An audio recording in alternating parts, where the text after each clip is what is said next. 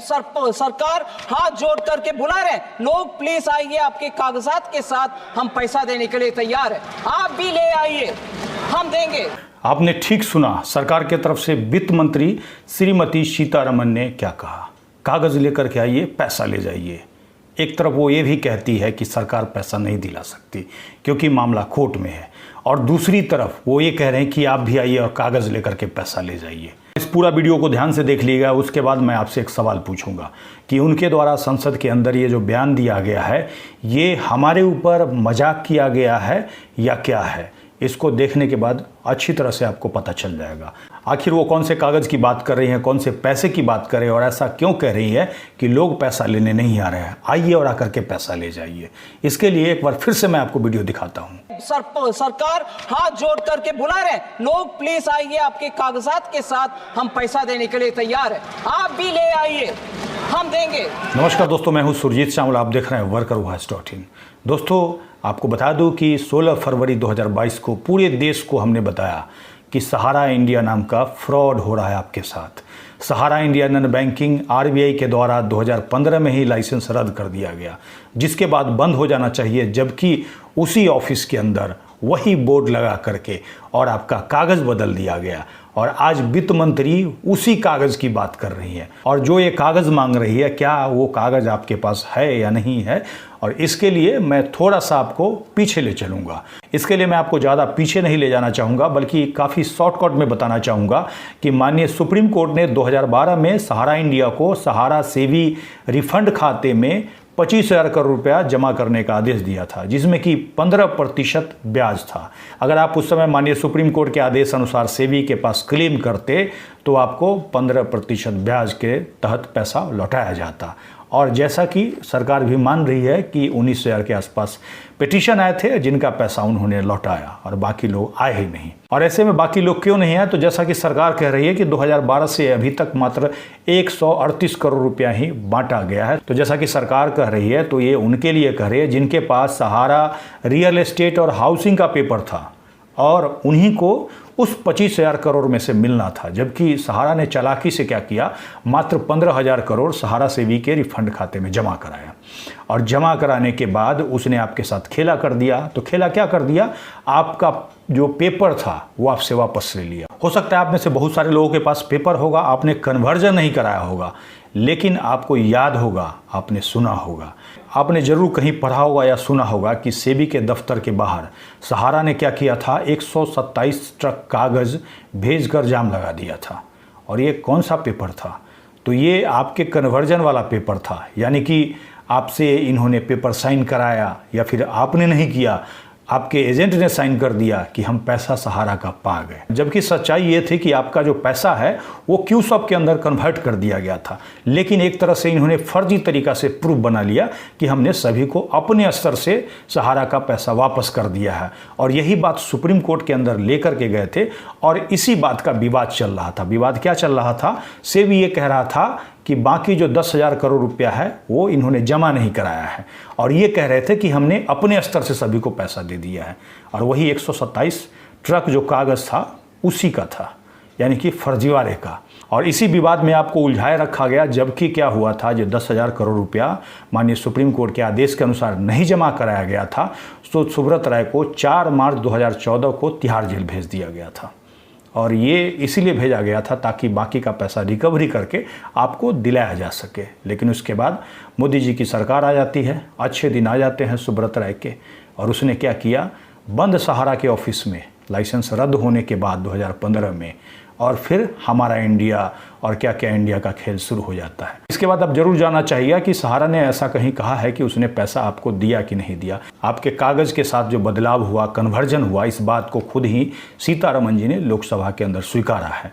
और तो और आपको बता दूं कि इसके लिए एसएफआईओ को जांच दिया गया था सरकार की तरफ से, और उस जांच में आया था, उसी के आधार पर सीतारमन जी ने इस बात को स्वीकारा था।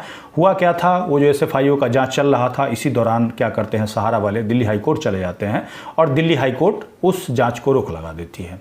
उसी समय हमें जानकारी मिलती है और उसी समय हमने इसका भंडाफोड़ किया था। पूरे देश के जमाकर्ताओं से हमने अपील किया कि माननीय सुप्रीम कोर्ट के चीफ जस्टिस को चिट्ठी लिखिए कि हमारा इसने पैसा नहीं दिया। तो ऐसा हमने क्यों किया था? क्योंकि हमने एक नवभारत टाइम्स का न्यूज़ पढ़ लिया था। वो न्यूज़ क्या था वो आपके स्क्रीन पे दिख रहा होगा, जिसमें कि सहारा पर 50,000 करोड़ के गबन का आरोप। जानिए कंपनी ने क्या कहा, और यही क्या कहा, यही मैंने जब सुना तो पूरे देश को मजबूती के साथ बताया और उसके बाद सभी के होश उड़ गए। और होश क्यों उड़ गए यहाँ पे आपको मैं सीधे पढ़ाऊँगा। 50,000 करोड़ एसएफआईओ ने गबन का आरोप लगाया था और उसके साथ ही एसएफआईओ के जांच को जो दिल्ली हाईकोर्ट के द्वारा रोक दिया गया था, उसी रोक को हटाने के लिए सुप्रीम कोर्ट का दरवाज़ा खटखटाया जाता है एसएफआईओ के द्वारा। जहां पर सहारा इंडिया ने अपना बयान क्या दिया था ये देखिए। उन्होंने कहा कि उस पर लगाया गया 50,000 करोड़ रुपए के गबन का आरोप सही नहीं है और हमारे पास इसके सबूत हैं। जब हम सारा पैसा वापस कर चुके हैं तो फिर इस गबन और हेरा फेरी का सवाल कहां पैदा होता है। एसएफआईओ सहारा की कंपनियों के खिलाफ इस कथित धोखाधड़ी की जांच कर रहा था, लेकिन दिल्ली हाईकोर्ट ने उस पर रोक लगा दिया था। कहने का मतलब सहारा वाले ने वहां कहा कि हमने सभी का पैसा एक एक पाई चुका दिया है, इसीलिए धोखाधड़ी फर्जीवाड़े का कोई सवाल ही पैदा नहीं होता है। एक बार आप लोग कमेंट्स करके बताइए कि क्या आप लोगों का पैसा मिल गया है सहारा इंडिया का। तो मुझे नहीं लगता है कि किसी का पैसा मिला होगा सहारा इंडिया का, जिसकी बात ये सुब्रत राय कह रहे हैं। और ये सबूत की बात इसीलिए कह रहे हैं क्योंकि उनके पास कागज़ है।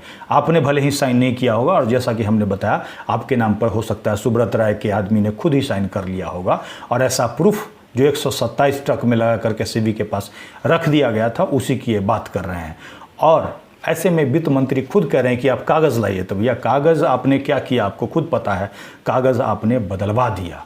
हो सकता है पढ़े लिखे लोग होंगे जिनके पास कागज़ होगा वो वाला, जो कि सहारा का था, यानी कि सहारा रियल एस्टेट और सहारा हाउसिंग वाला। नहीं तो मैक्सिमम लोगों का पेपर बदला करके क्यूसॉप में, और क्यूसॉप से अलग अलग सोसाइटी में और भी बहुत सारी कंपनियां हैं। 15 कंपनियों का लिस्ट हमारे पास खुद ही सेबी ने भेजा था, जिसकी जानकारी हमने काफ़ी पहले आप लोगों को दे रखी है। अगर आपने नहीं देखा हो तो पीछे जा करके चेक कर सकते हैं। तो दोस्तों ऐसे में ये सवाल उठता है कि जहां सहारा इंडिया की तरफ से ये कहा जा रहा हो कि हमने सभी का पाई चुका दिया है, और एसएफआईओ जांच में ये पाया है कि आपका कन्वर्जन किया गया है, लेकिन उस जांच को अभी तक पूरा क्यों नहीं होने दिया जा रहा है, ये सवाल उठता है। क्योंकि अमित शाह जी जब रिफंड पोर्टल लेकर के आए थे तो 18 जुलाई 2023 का उनका जिन लोगों ने भी भाषण सुना होगा तो उन्होंने यही कहा है कि एसएफआईओ, ईडी, उसके अलावा आरबीआई, सहारा, ये सब को बैठा करके जितनी भी एजेंसी सहारा के पीछे लगी थी उसको बैठा करके हमने बीच का रास्ता निकाल दिया। तो वो जो बीच का रास्ता निकाला उसके बाद 5,000 करोड़ देने की बात हुई, तो वही जो बीच का रास्ता निकाला किस शर्त पर निकाला उसका कॉपी जब हम आरटीआई से मांगते हैं तो वो नहीं देते हैं। उनका अधिकारी क्या कहता है पता है? उनका अधिकारी ये कहता है कि हमको ऊपर से आदेश होगा तब देंगे। तो कहने का मतलब है कोई ना कोई उनको रोक रखा है इसको नहीं देने के लिए।